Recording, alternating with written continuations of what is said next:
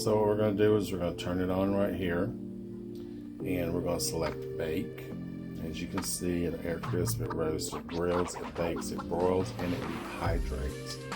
And this is called for 25 minutes, but you can adjust the time here as to how many minutes you want to go. We're going to go with 10 to start with, and then we'll go from there and see if they need a little more, but 10 should probably more than enough for these cinnamon rolls we're cheating with today.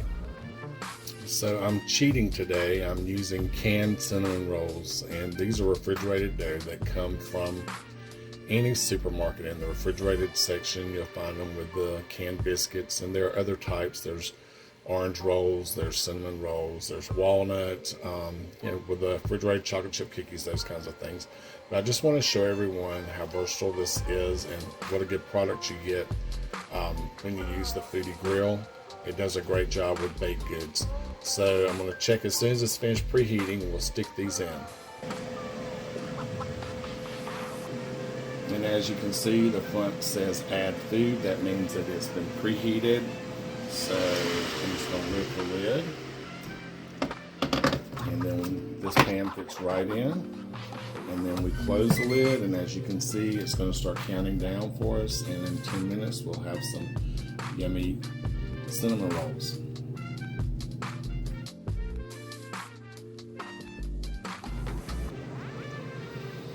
So now it's counting down to the final seconds, and we'll get to see our finished product in just a minute.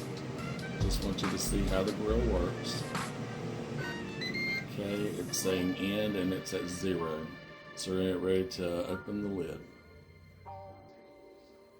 Okay, so here's our finished product.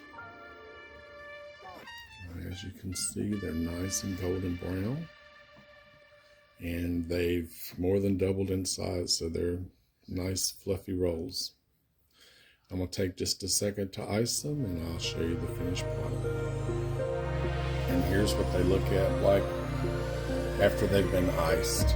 And this is a quick and easy way. If you're in a pinch, grab some refrigerator dough that you've got out of the refrigerator, pop it in your Foodie, and in about 10 minutes you've got a nice baked good that you can give to your guest if someone decides to want to come over for afternoon tea, or you have that unexpected arrival.